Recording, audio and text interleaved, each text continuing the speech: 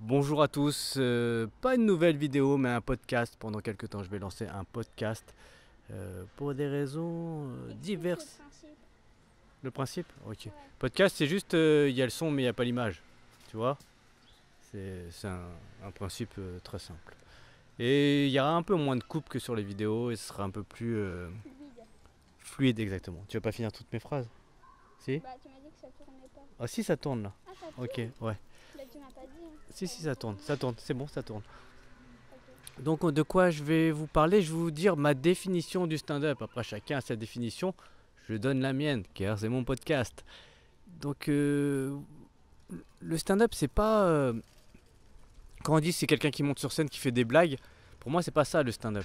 On fait pas des blagues. Au PMU on fait des blagues. Je sais pas si vous connaissez le PMU. Monter sur scène c'est pas si difficile que ça. Souvent les.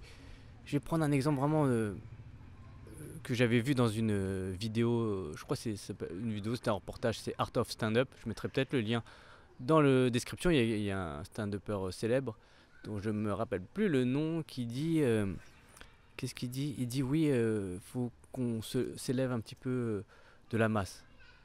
Faut qu'on soit le plus marrant que le mec qui est dans l'audience, dans la salle. Donc, le but du jeu, c'est d'être vraiment au-delà d'être marrant d'une personne lambda, mais vraiment au-delà de cette personne.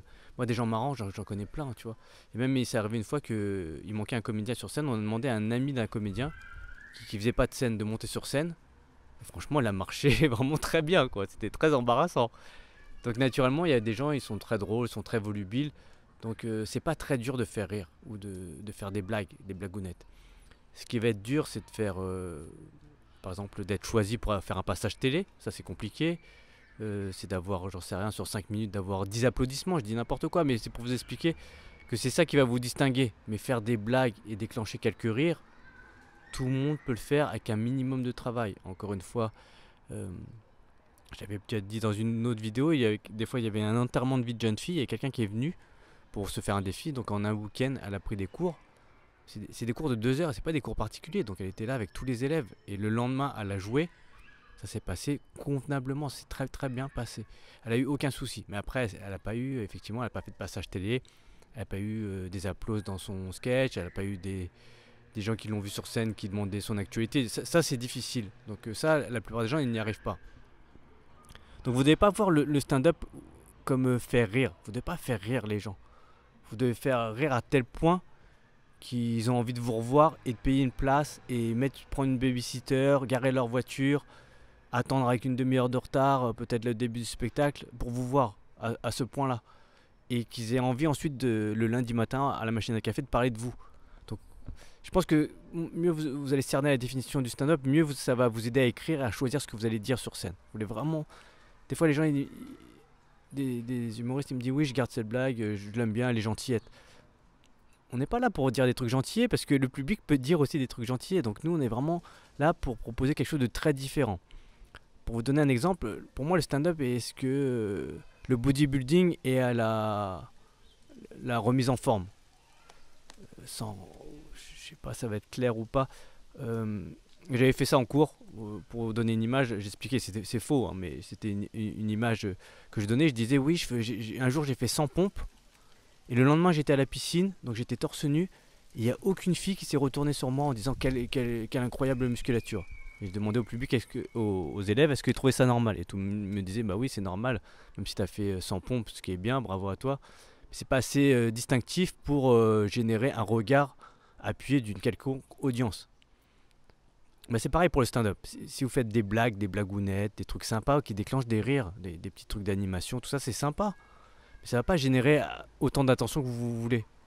Euh, pour en rapporter à la musculation, vous pouvez être en forme, mais le but du jeu, c'est la bodybuilding, c'est pas d'être en forme, c'est pas d'avoir quelques muscles, c'est que chaque partie du corps soit musclée, soit optimisée, soit vraiment la perfection, quoi.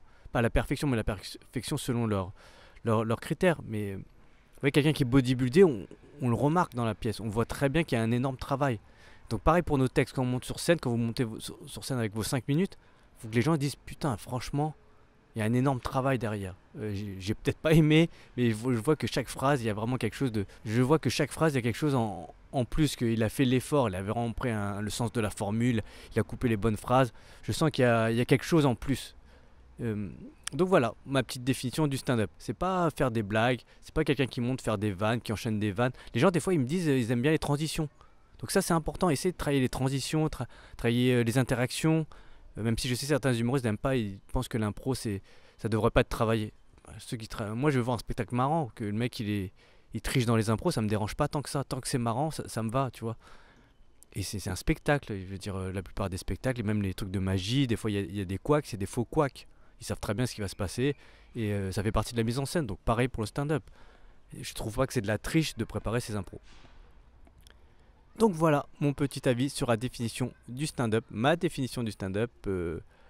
Voilà, n'hésitez pas à mettre dans les commentaires votre définition du stand-up. Qu'est-ce que vous pensez de la mienne aussi, hein. Je vous essaierai de vous répondre dans les plus brefs délais. J'espère que vous avez aimé ce podcast, que vous allez mettre un petit pouce sur cette vidéo podcast et que vous allez vous abonner à ma chaîne YouTube. Ça, c'est très important. Ça, pour moi, c'est vraiment une énorme plus-value. Je sais pas pourquoi, mais comme je vois tout le monde le faire, je fais pareil qu'eux. Vous voyez, j'ai aucune personnalité. Merci, à très bientôt pour un prochain podcast. Bye.